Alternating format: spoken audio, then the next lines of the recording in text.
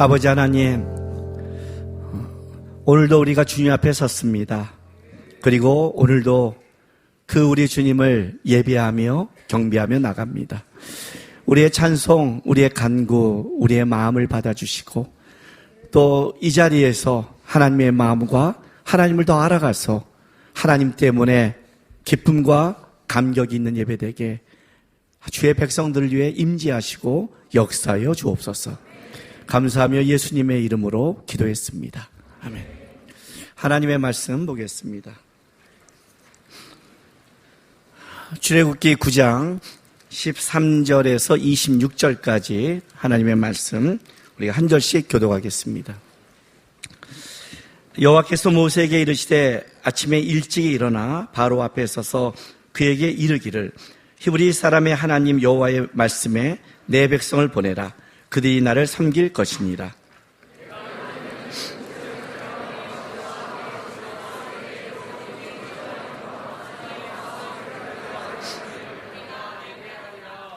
내가 손을 펴서 돌림병으로 너와 내 백성을 쳤더라면 내가 세상에서 끊어졌을 것이나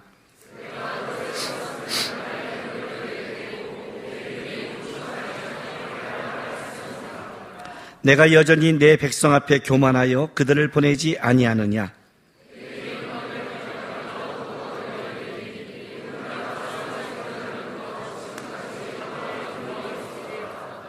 이제 사람을 보내어 내 가축과 내 들에 있는 것을 다 모으라.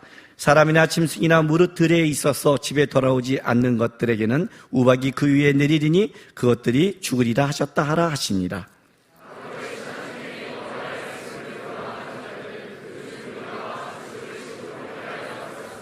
여호와의 말씀을 마음에 두지 아니하는 사람은 그의 종들과 가축을 들에 그대로 두었더라.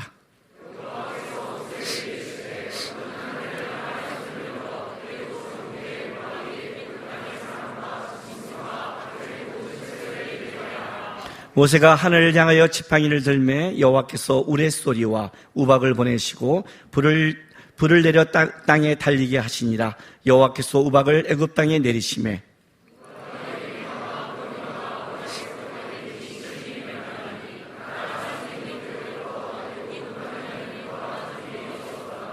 우박이 애굽 온 땅에서 사람과 짐승을 막론하고 밭에 있는 모든 것을 쳤으며 우박이 또 밭의 모든 채소를 치고 들의 모든 나무를 꺾었으되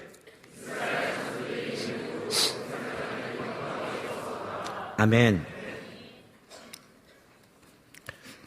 삶이 만만치 않죠? 예수로 사는 인생 책임져 주시니 우리 그 찬양했죠. 우리 교회에서 1월 달에 1, 2월을 예배할 때 경배야체장 맨 마지막 곡이 2달 내내 예수로 사는 인생이었어요.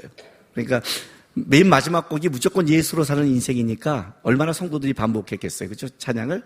그 찬양을 하면 또 계속 반복하면 또 흥얼대잖아요. 저도 이제 흥얼대고 그 흥얼대는 게 지나가서 집에 오면 또 아이들도 흥얼대는데 교회 이렇게 지나가는데 조그만 우리 한 5살, 6살? 요 초등학교 가지 않는 아이가 지나가면서 답답한 현실 속에서 흥얼거 찬양을 하고 지나가는 거예요.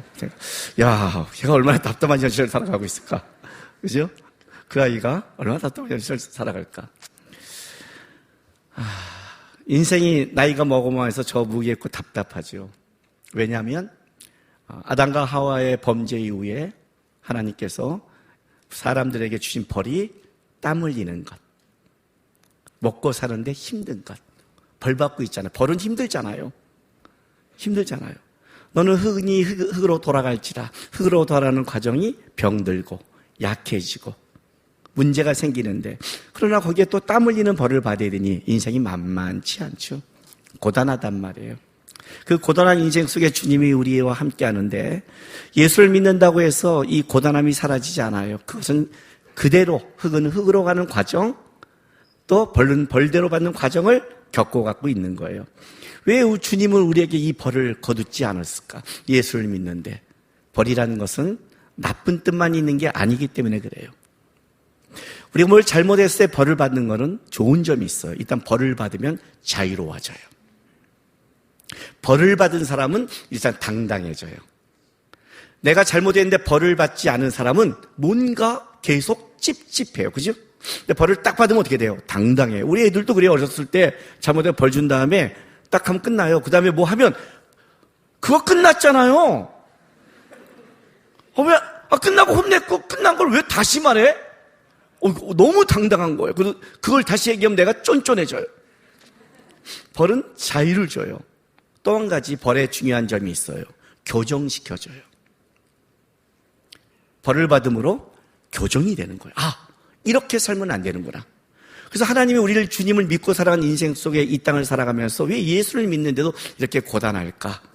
왜냐하면 그 고단한 것이 그냥 고단함으로 끝나지 않는 거기에 하나님의 일하심과 방법이 있기 때문에 그래요. 그래도 고단한 건 고단한 거예요. 그렇죠? 그런데 여러분이 제가 하나 묻고 싶은 게 있습니다. 고단한 건 고단한 거라고 놔두고 오늘 또 직장에서 깨지고 온 사람은 깨진 거고 이 말 듣고 위로가 안 되죠. 그죠? 와서 깨지고 왔더니 그렇게 살라고 하면 위로가 안 되잖아요. 그거 놔둬놓고 저도 고단해요. 인생 고단하니까 놔두고 다 고단하니까 어떻게 행복은 하세요? 이 조용한 분위기는 뭘까요? 이 싸움 분위기는 목사님 고단한 인생 얘기해놓고 지금 행복을 말이라고 하세요. 이 분위기.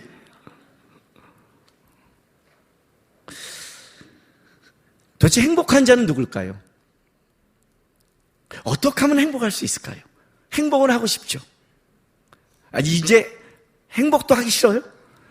그날 먼 나라 이야기예요? 어떻게 이 땅에서 행복을 꿈고 미친 거 아니야? 그거예요?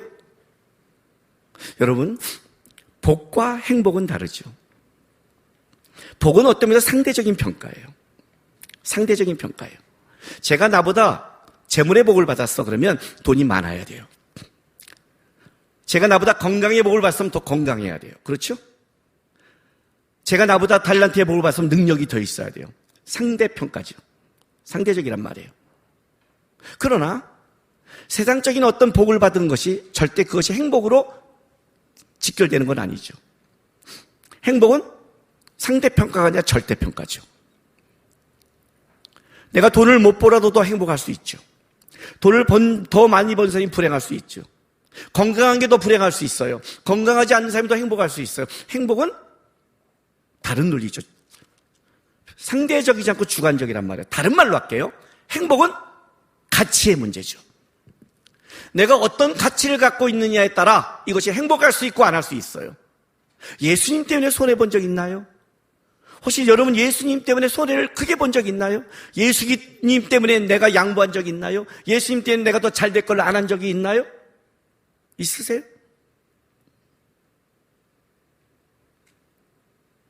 저는 20억 정도 벌 기회가 있었어요. 진짜로요. 진짜로요. 우리 아내가 나쁜 그런 건 아니에요. 세상 사람처럼. 목사가 그렇게 하고 싶지 않아. 그 말 때문에 저는 그걸 안 했어요. 예수님 때문에 내가 부자가 되지 않고 예수님 때문에 좀 어렵게 산다 하도 그렇게 해본 적 있어요? 하시고 나서 어땠어요? 예수님 때문에 그놈의 교회만 나왔으면 내가 하늘 쳐다보고 내가 진짜 그렇게 했는데 진짜 그거예요? 그래놓고 예수님 때문에 행복해 본 적 있어요? 거절하고 손해보는 거에 대한 그 가치를 내가 그걸 할 수 있었구나. 내가 물질 쫓지 않는구나. 내가 거절할 수 있구나. 손해를 봐도 나는 다르게 살 수 있구나. 이것 때문에 행복해져 본 적 있으세요? 행복은 완전히 다른 가치잖아요. 어떤 사람이 가장 행복할까요? 어떤 사람이 가장 행복할까요? 여러분 제가 행복해 보이세요? 불행해 보이세요? 행복해 보여요? 고마워요. 설교 부드럽게 할게요. 불행해 보이면 내가 불행한 설교가 뭔지를 오늘 그냥 입으로 털려고 그랬는데 나를 행복하다 했으니 행복하게 내가 설교할게요. 네, 저는 행복해요. 저는 행복해요. 저는 지금 행복하지만 몸은 너무 아파요. 몸은 너무 아파요. 저는 행복하지만 신경 쓸 일이 너무 많아요. 저는 행복하지만 고단해요. 그런데 저는 행복해요. 어느 날 앉아서 내 인생을 돌아보면서 너무 제가 감사하고 행복해서 조용히 이렇게 말했어요. 몇 년 전에 우리 아내가 오길래, 여보, 나는 있잖아, 오늘 죽어도 감사해, 하나님 때문에. 그 말했다 우리 아내가, 죽기는 왜 죽어? 여태까지 고생시키다가 살만하니까 이 양반이 죽는다고 그래. 말 제가 잘못했죠. 근데 농담이 아니라 만약 하나님이 나를 내일 데려간다 해도 저는 감사해요. 저는 감사해요. 왜 그럴까요?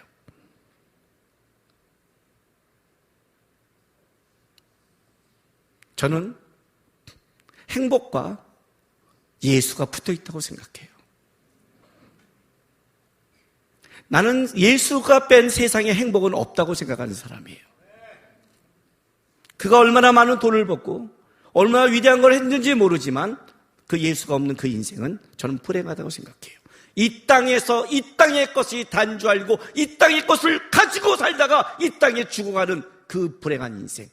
하나님의 영원한 시간을 보지 못하고 7, 80년 인생을 보며 7, 80년 인생에 잘된 걸 가지고 그게 진짜 잘됐다고 착각하는 무지한 그 불행한 인생이 저는 부럽지가 않아요. 하나님이 내 시간대에 들어와서 나로 영원한 시간을 보게 하셨고 내가 살아가는 이 짧은 7, 80년이 끝난 게 아니라 영원한 나라 속에 하나님이 나를 포함시켜줬다는, 내가 지금 이 살아가는 것이 여기가 끝이 아니라 하나님의 나라 속에 연결됐다는 것을, 그 가치 있는 인생을 살게 하신 하나님 앞에 저는 감사하고 행복해요. 어떤 사람이 가장 행복한 줄 알아요? 예수를 아는 사람이에요. 아까 우리 찬양 중에 보혈 찬양한 거 아세요? 주의 보혈 능력이 있도다 주의 피 믿으오. 아세요? 우리 청년 때 미친 듯이 했어요. 그 보혈 찬양이에요. 여기서는 한 곡밖에 안 했어요. 우리는 이 주의 보혈 능력이 있도다 주의 보혈 능력이 있도다 주의 보혈 능력, 이렇게 다른 거 없어요. 막 이렇게 가다가 주의 빨랐다 늦겠다 빨랐다, 한 시간 한 곡, 한 시간. 나중에는 좀 이따 시간이 오면 보혈이 흐르는 것 같아요. 몸에 막 쏟아진 것 같아요. 막 하도 불러갖고 쏟아져. 한 시간 불렀어, 한 시간. 왜? 우리는 철야를 했으니까. 11시 반부터 6시까지니까 3시간 찬양하니까 이렇게 하면 안 돼요. 그냥 한 곡을 어떤 때는 꽂혔다 그러면 1시간 가야 돼요. 내게 강 같은 평 1시간. 내게 강 같은. 그런 거 없어요. 그냥 빨랐다 늦었다 1시간. 그럼 막 나중에 강이 흘러 내 안에. 그런데 한번 생각해 보세요. 주의 보혈 능력이 있도다 아세요? 능력 있으세요?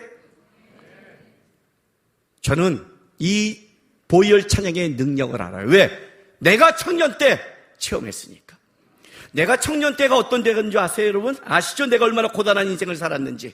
사방이 막혔고 끔찍하고 집이 쫓겨나고 집이 밖에 나가고 굶고 끔찍한 인생을 살아간 그 청년 때, 철에 가서 주님밖에 바라볼지 않을 때 그 보혈 찬양을 부르면 내 안에 회복이 됐어요. 왜 그런지 아세요?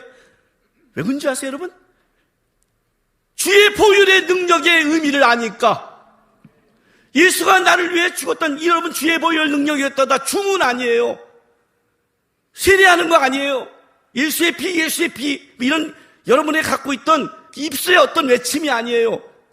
나를 위해 죽은 십자가의 사랑의 의미를 나는 아니까, 하나님의 사랑의 의미를 아니까 그 찬양을 부르면 어떤 게 생기냐면, 나를 위해 죽으신 하나님이 내 인생을 끌어가는 걸 아니까, 지금 고단하고 힘들어도 보혈의 능력을 아니까 버틸 수 있었어요. 하나님의 사랑을 아니까, 그 보혈이 하나님이 나를 향한 사랑임을 나는 아니까, 생명을 주신 하나님이 나를 끌어가게 했지 않은 의미를 아니까. 하나님을 아는 것. 그렇다면 이렇게 되는 거예요. 하나님을 아는 게 행복이라면 행복의 크기는 하나님을 아는 크기와 직결되는 거예요. 하나님을 아는 크기와. 에베소 3장 18절부터 19절 보세요. 에베소 3장 18절 19절. 자, 우리 한번 이거 같이 읽을까요? 시작. 능히 모든 성도와 함께 지식이 넘치는 그리스도의 사랑을 알고 그의 너비와 길이와 높이와 깊이가 어떠함을 깨달아 하나님의 모든 충만하신 것으로 너희에게 충만하게 하시기를 구하노라. 이해가 되세요? 너희 모든 성도와 함께 지식이 넘치는 그리스도의 사랑을 알고 얼마큼 알아야 돼요? 얼마큼? 예? 19절. 그의 너비와 길이와 높이와 깊이가. 이해가 돼요? 하나님으로 행복한 사람의 특징이 뭔지 아세요? 아는데 얼마큼 아냐면 요만큼 하니까 행복이 요따밖에 안 되는 거예요. 예수의 사랑의 깊이가 요밖에 안 돼요. 너비가 이거밖에 안 돼요. 높이가 이거밖에 안 돼요. 넓이가 이거밖에 안 돼요. 그러니 그 사람은 하나님의 사랑을 알까요? 맨날 이러죠. 맨날 하나님 진짜 사랑한 건 맞아요. 네가 하나님을 요만큼 하니까 그의 깊이와 넓이와 너비와 높이가 하늘을 두루마리 삼을 좀 넓은다면 그 하나님의 사랑의 넓이를 알고 있는 자가 어떻게 불행할 수 있겠어요? 어떻게? 요한복음 17장 3절 찾아보세요. 요한복음 17장 3절. 자, 이것도 한 절이니까 다 같이 시작. 영생은 곧 유일하신 참 하나님과 그가 보내신 자 예수 그리스도를 아는 것이니이다. 참 재밌어요. 영생은 유일하신 참 하나님과 그를 보내신 예수 그리스도를 아는 것 그래요. 자, 우리가 이렇게 말해요. 전도할 때 영생을 얻으려면 어떻게 해야 되죠? 예수를 믿어야 돼요. 구원받으려면 어떻게 해야 돼요? 예수를 믿어야 돼요. 이렇게 말하죠. 그렇다면 이 본문은 뭐예요? 영생은 유일하신 하나님과 그를 보내신 예수 그리스도를 믿는 것. 이것도 맞는 말이죠. 근데 이건 아는 것이래요. 왜? 믿는다는 건 자기 확신이 아니니까. 알아야 믿으니까. 예수를 이만큼 알면 이만큼 믿는 거고 예수를 요만큼 하면 요만큼 믿는 거예요. 믿음의 크기는 예수를 아는 크기예요. 예수를 이만큼 하니까 헌신할 수 있어요. 왜? 내 인생을 잃어도 그가 나를 만들 걸 아니까. 요만큼 알고 요만큼 믿으니 하나님 앞에 못 쫓아가죠. 요만큼밖에 모르니. 결국 우리의 문제는 어떤 문제냐면 하나님을 모르는 거의 문제예요. 물론 우리는 세상 사람이 아니에요. 그래서 우리는 세상 사람처럼 하나님을 완전히 모르지 않아요. 예수를 완전히 모르지 않아요. 우리는 예수를 고백하고 예수를 알지만 우리의 문제는 뭐냐면 우리끼리의 문제, 믿는 사람의 문제는 뭐냐면 아는 게 얼마큼이냐의 문제예요. 그의 너비와 깊이와 높이와 너비가 얼마큼이냐가 이게 우리의 실적인 문제예요. 이해가 되세요? 마태복음 16장에 뭐라고 나오는지 아세요? 사람들이 날 뭐라고 그러냐? 세례 요한이요 선지자요 어쩌고저쩌고 나와요. 예레미야요. 너희는 날 누구라 그러냐? 그때 베드로가 손을 딱 두고 이렇게 말해요. 주는 그리스도 살아계신 하나님의 아들이십니다.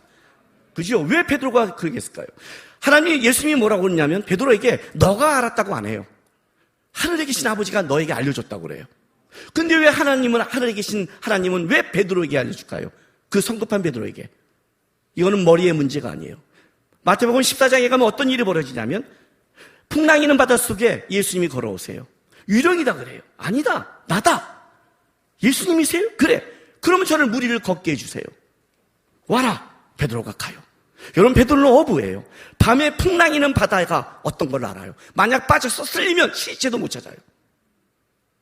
걸을 수 있어요? 딱 걸었는데 아니야. 아닌가 봐. 죽는 거예요. 아이 쌍 이렇게. 걸을 수 있냐고 왜 거기서 목숨을 걸고. 근데 베드로가 걸어요. 예수님 이후로 인간 중에 무리를 걷는 자는 유일한 자였어요. 무리를 걸었어요. 빠졌다가 중요하지 않아요. 다시 예수 안에 올라가니까. 경험했어요. 하나님을 아는 삶에서 하나님과 함께한 삶을 경험하고 아는 자와 그걸 본 자는 달라요. 배에서. 간증을 하나님이 나에게 내 삶에 이렇게 했습니다를 고백하는 자와 그걸 듣는 자의 신앙은 완전히 달라요. 그 알미 달라요. 알미. 무리를 거둔 자예요. 하나님이 만약 어떤 자에게 하나님의 있음을 가르쳐준다면 누구를 하겠어요? 나 같아도 베드로를 해요. 왜? 무리를 경험했고 경험한 자인데 그가 예수가 누군지를 가장 많이 고백할 수 있잖아요. 그래서 수시례가 되는 거예요. 성격이 급해서가 되는 게 아니라 그가 예수와 경험한 인생이 너무 깊어서 그가 예수를 안 게 너무 넓어서 행복은 여기서 오는 거예요. 하나님을 아는 크기가 올 때 여기서 벅찬 거예요. 하나님 아는 넓이가 올 때 그러는 거예요. 진짜 우리는 모르는 거예요. 안 그래요? 여러분, 삼성 이재용 회장이 만약 나한테, 김남근 목사님 저한테, 목사님, 제가 목사님한테 큰 선물 해드릴게요. 원하는 거 말하세요. 그럼 뭘 말할까요, 제가요? 근데 제가 이렇게 말하는 거예요. 갤럭시 시계요. 네? 갤럭시 시계. 아니, 나 삼성 회장이라니까. 그러니까 안다고요. 시계. 내가 시계 받았어. 와, 가서 장로님한테 그래. 장로님, 내가 이재용 회장이 선물해달라는데 갤럭시 시계 받았어요. 우리 장로님들한테 뭘 할까요? 그거 제가 선물할 수 있어요. 미쳤어요? 최소한 레미안이지. 그것도 어디 반포에 있는 레미안이야지. 바보야, 그죠? 교회를 지어달지 못할 망정 아는 거예요? 이재용은 아는 거예요? 회장은 아는 거예요? 그럼 그렇게 말 안 하죠. 모르는 거예요. 모르는 거라고요. 그래서 불행한 거예요. 행복은 하나님 아는 크기에서 와요. 오늘 애굽에 내린 10가지 표징 중에 7번째. 왜 하나님은 애굽에 10가지 표징을 내리는가? 표징이라는 건 어떤 뜻을 갖고 있냐면 어떤 것을 드러내는 것. 애굽에게는 재앙으로, 이스라엘 백성에게는 축복으로 이 표징이 왜 하나님은 그렇게 일하신가? 이 10가지 표징이 하루아침에 매일 벌어진 게 아니라 띄엄띄엄 이루어지는 거예요. 애굽을 구원하는 데 있어서 하나님이 수개월 통해 일하세요. 왜 이렇게 하나님은 더디신가? 왜 우리 인생 속에 이렇게 더디 일하시는가? 왜 이렇게 역사하는가? 이유가 무언가? 출애굽기 6장 7절 10가지 표징을 시작하면서 하나님은 모세를 통해 이렇게 말하는 거예요. 보세요. 너희는 내 백성을 삼고 나는 너희 하나님이 되리니 나는 애굽 사람의 무거운 짐 밑에서 너희를 빼낸 너희 하나님 여호와인 줄 알리라. 이해가 되세요? 내가 여호와인 줄 알리라고 보여주는 사건. 이 표징은 하나님이 여호와인 줄을 보여주는 사건이에요.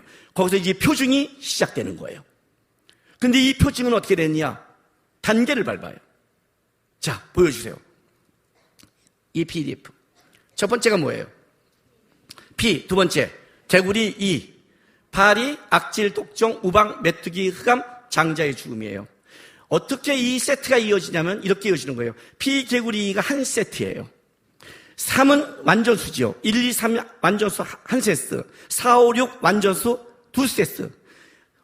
7, 8, 9, 1, 2, 3 완전수 세 세트로 주는 거예요. 그러니까 완전한 세 세트의 표징이 나오는데 재밌는 건 뭐냐면 이 완전한 세 세트가 어떻게 했냐면 또 P, 개구리 E가 하나, 4, 5, 6이 하나, 7, 8, 9가 하나에서 또 1, 2, 3 또 세 세트가 되는 거예요. 이해가 됐어요 지금요? 다음 주에 제가 보여드릴게요. 이게 또 어떻게 이어지냐면 P, 8이 우박으로 하나가 이어지고 개구리, 악질, 메뚜기가 같은 공통점을 이루고 또 그 뒤에를 이어지는 거예요. 그렇게 3, 3, 3 완전수로 이어지는 거예요. 이건 어떤 표정을 갖고 있냐면 그 다음 거 띄워주세요. 자, P, 개구리, E는 뭐예요? 땅에서 시작하는 하나님의 능력이었어요. 땅에서 같이. 이 1, 2, 3에는 이스라엘 백성들도 같이 당해요. 같이 재앙을 당한단 말이에요. 처음엔 당황했을 거예요. 그런데 같이 하는. 모든 물이 피가 되는데 이스라엘 백성들도 그러고 똑같이 당하는 거예요. 이 땅의 문제는 뭐냐면 하나님이 이 땅은 우리가 살고 있는 근본적인 생존의 터전이잖아요. 이 생존의 근본적인 터전이 갖고 있는 능력자가 누구인가를 하나님이 먼저 보여줘요. 그리고 4, 5, 6으로 올라가면서 공중으로 재앙이 올라가기 시작해요. 하나님의 표징의 능력이 확장되는 거예요. 확장되면서 여기서 강조하는 거는 파리 재앙부터 이스라엘 백성들은 구별되기 시작해요. 재앙이 오는데 애굽 땅에만 오고 이스라엘 백성은 안 와요. 그 이스라엘 백성에 있는 동물까지도 구별돼요. 악질 독종쟁에 가면 이스라엘 백성은 완전히 구별되는 거예요. 그래서 뭘 하냐면 이 표징을 통해 하나님이 이 땅에서 자기가 이 땅의 생존의 근본임을 보여주긴 동시에 그걸로 끝나는 게 아니라 하나님이 이스라엘을 부른 목적, 구별되게 해서 하나님의 백성으로 삼는 목적을 갖죠. 구별된 자와 구별되지 않는 차이를 명백하게 보여주는 것이 4, 5, 6이에요.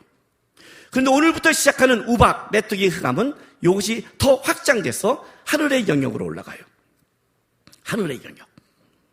그래서 이제 우박부터는 하늘부터 우박과 불덩이가 떨어지면서 확장되는 거예요. 그러니까 이스라엘 백성 입장에서는 하나님의 능력을 땅에서 경험했는데 공중으로 가면서 구별되기 시작했는데 우리 하나님 이 정도에 했는데 이제부터는 뭐냐면 하나님의 능력이 하늘로 올라가서 단순한 이 땅의 하나님 정도가 아니라 하늘의 모든 영역을 다스리는 확장된 하나님으로 넓어지기 시작해요. 그럼 마지막 10번째 가서는 뭐예요? 생명의 초월적인 능력, 생명의 영역으로 들어가서 하나님의 크기를 이 표징을 통해 서서히 확장시켜 나가는 거예요.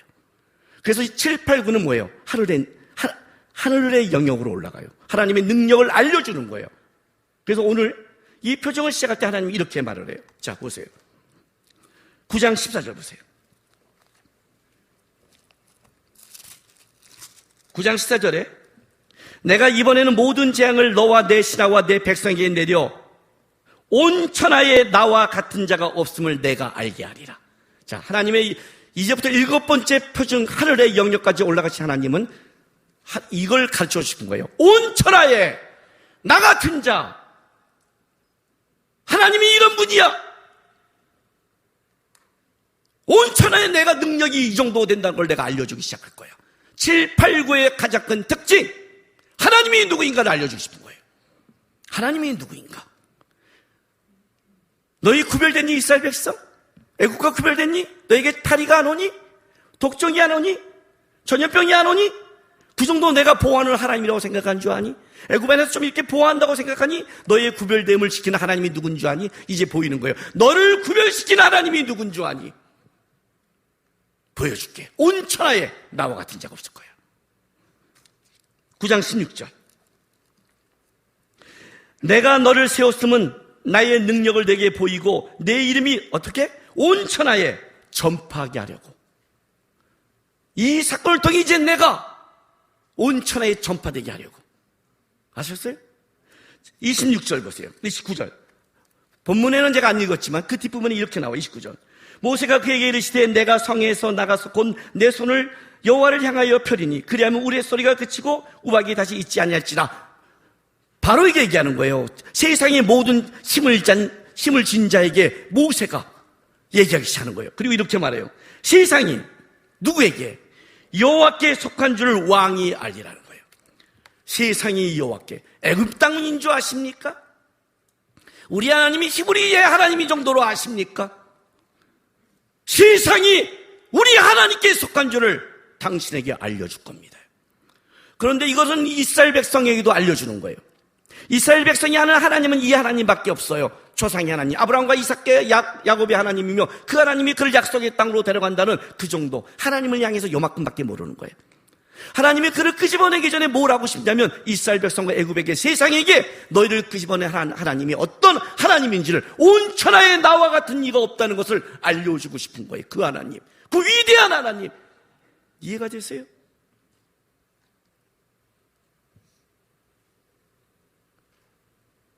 왜 이스라엘 백성이 행복한 줄 알아요?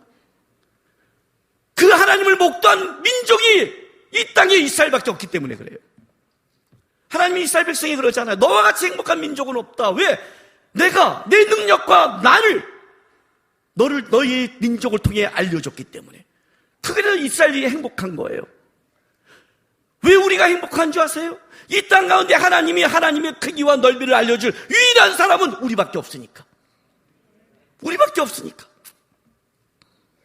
그 하나님을 알아가는 게 행복이란 말이에요. 하나님이 역사하는 거예요. 놀랍게 보세요. 어떻게 역사하는지 보세요. 자, 19절부터 보세요.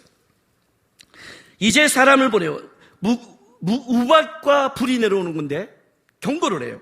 이제 사람을 보내어 내 가축과 내 들에 있는 것들을 다 모으라.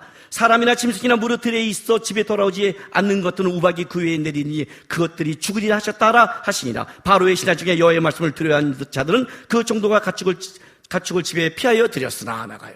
이 7번째 재앙부터 어떤 특징이 있냐면 드디어 이 하나님의 말씀을 듣지 않는 자는 생명이 죽을 수 있는 재앙으로 바뀌었어요.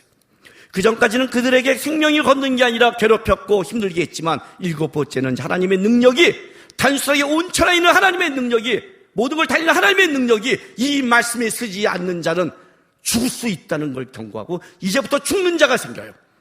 이 죽음은 어디까지 가냐면 마지막에 장자의 죽음, 생명의 하나님까지 흘러가는 거예요.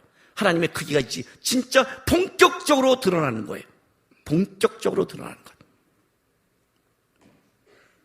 왜 하나님이 이 재앙을 첫 번째부터 안 했을까요? 왜 하나님이 이스라엘 백성들을 애굽 땅에 둬서 오랜 시간을 거치면서 왜 이렇게 바로의 마음은 아직도 완강하거든요.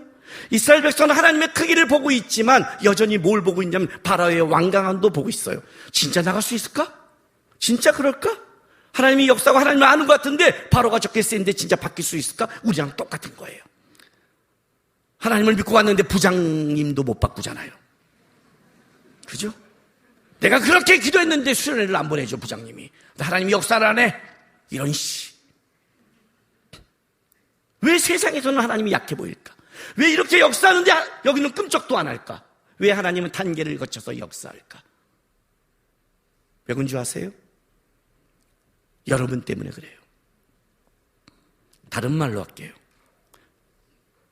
하나님이 한 방에 모든 걸 보인다면 여러분이 하나님을 알까요?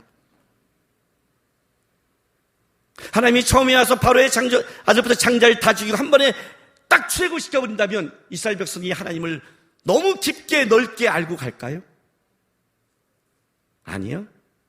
우리는 하나님을 어떻게 경험하냐면 우리의 시간과 공간 안에서 경험하면서 알아나요. 근데 너무 큰 분을 보여주면 내 눈 안에 안 들어와요. 사실은 하나님은 여러분 안에 놀라운 기적을 행하고 있어요. 근데 여러분은 몰라요. 왜? 너무 크면 안 들어와요. 제가 한번 예화에 썼을 거예요. 어떤 자기 자식이 차 타고 회사에 가는데 차가 확 세 바퀴를 굴러서 교통사가 딱 돌았는데 얘가 아무렇게 다치지도 않고 나온 거예요. 너무 감사하죠. 그죠? 여러분 오늘 예배 끝나고 집에 갔는데 차가 세 바퀴 굴렀는데 건강하면 감사하겠죠. 그죠? 물론 제가 그런 축복하지 않습니다. 얘가 아빠한테 와서 그런 거예요. 아빠, 오늘 내가 하나님 나에게 이렇게 역사했어. 어떻게 차를 타고 왔는데 차가 세 바퀴나 굴렀는데 멀쩡해요. 하나님이 진짜 나를 도와줬어요. 감사해요. 진짜 감사하다. 근데 난 더 큰 하나님의 은혜를 경험했다. 어떤 은혜요? 나는 차 타고 회사에 갔다. 근데 아빠 차는 7바퀴? 나는 3바퀴, 아빠 7바퀴. 아니? 근데 아무 사고 없이 갔다 집 앞까지 왔다. 뭐예요? 너는 굴려야 하나님의 은혜를 아니? 넌 그렇게 배우면 곤란해. 이제 하나님의 능력이 넌 타면 4바퀴 굴릴 거고 5바퀴 굴릴 거고 7바퀴 굴릴 거야. 차 탈 때마다 차가 구른다고 생각해보자. 아무리 멀쩡해도 에버랜드에 가서 내가 이거 타는 것도 아니고 그렇지 않아요? 여러분 무사히 여기 지금 왔잖아요. 그래서 하나님의 크기를 아세요? 내가 당한 것은 그렇게 깊이 기억하면서 내가 안 당하고 나를 보호하시고 끌어가는 하나님에 대해서는 얼마나 감사하세요? 내가 찬송가 가사 중에 하늘을 두루마리 삼아 바다를 먹물 삼았어도 하나님의 그 큰 사랑 다 쓸 수 없다는 그 말을 들을 때 내가 하나님 아는 사랑이 얼마나 작을까라고 했어요. 진짜 아시냐고요? 여러분을 그렇게 보호해 주시고 그렇게 은혜를 주시며 그렇게 해준 거에 대해서는 어떤 감사도 없으면서 그러다 요만큼 문제가 생기면 하나님 없다고 달려드는 그 아이를 본다면 진짜 하면 아나? 모르죠. 몰라요. 그러니까 하나님께서 대여 시간을 두고 하시는 거예요. 아프리카 어떤 민족이 족속에 이런 대회가 있대요. 어떤 대회냐면 옥수수밭에 딱 쓰는 거예요. 그 여자들이 가서 그 옥수수밭에 들어가서 가장 큰 옥수수를 가져온 자가 그의 우승을 하는 거예요.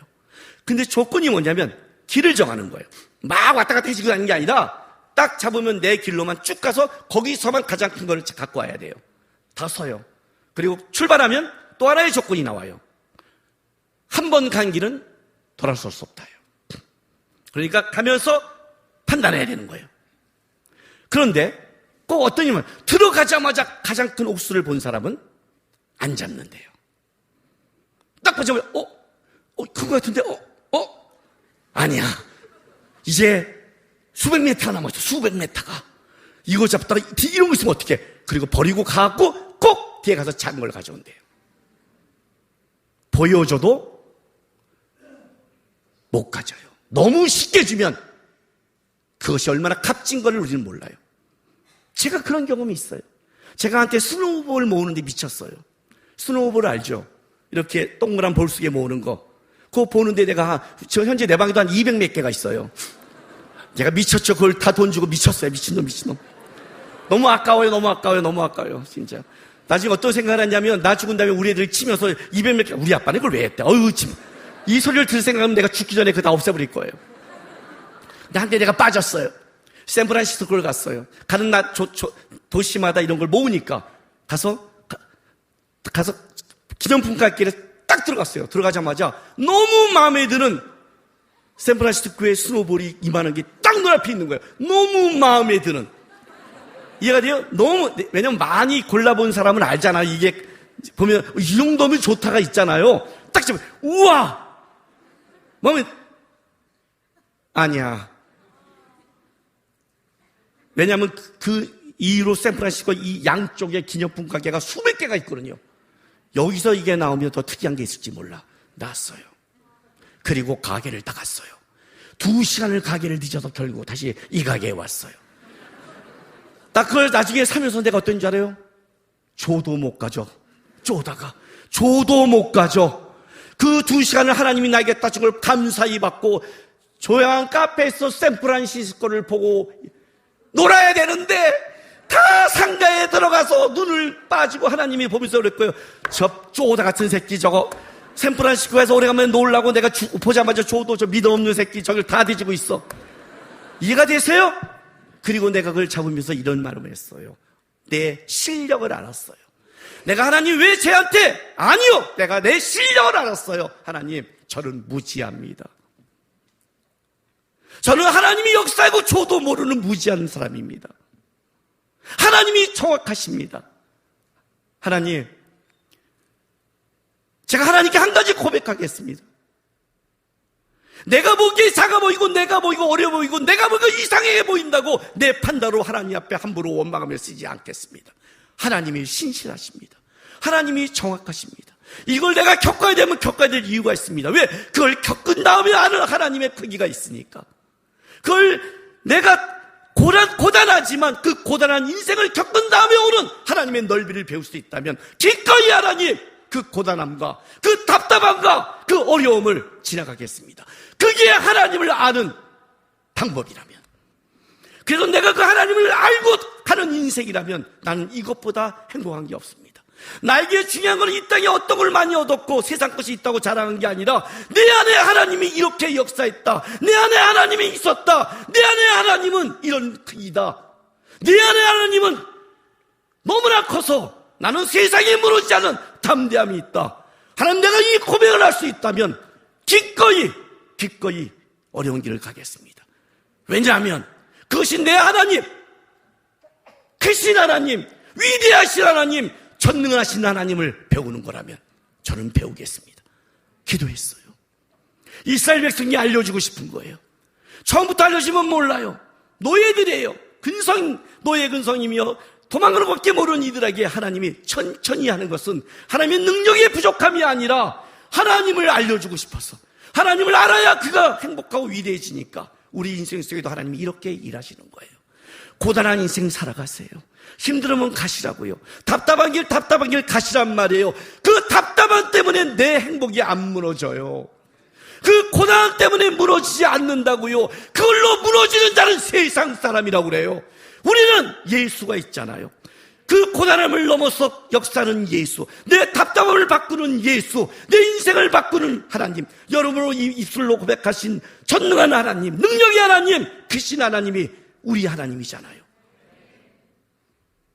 하나님을 알아가는 것, 하나님을 배워가는 것, 여러분의 소망이어야 돼요. 하나님, 고단해도 좋습니다. 답답해도 좋습니다. 어려워도 좋습니다. 기꺼이 가겠습니다. 그것이 내가 아는 하나님이 이만큼이라면, 그 고단함을 통해 이런 하나님을 배운다면 기꺼이 가서 나는 이런 하나님을 아는 걸로 행복하며 자랑하며 이 땅에 하나님을 바라보면서 가겠습니다. 나의 크신 하나님이 되어주십시오. 그 고백을 하고 기꺼이 그 길을 가면서 하나님을 아는 그 길로 행복한 여러분 되시기를 주의 이름으로 바랍니다. 기도합시다. 여러분 이렇게 기도했으면 좋겠습니다. 하나님 이 어려움 피하게 해주세요. 하나님 이 힘든 피하게 해주세요. 이렇게 기도하지 마십시오. 여러분 그렇게 기도하면 안 됩니다.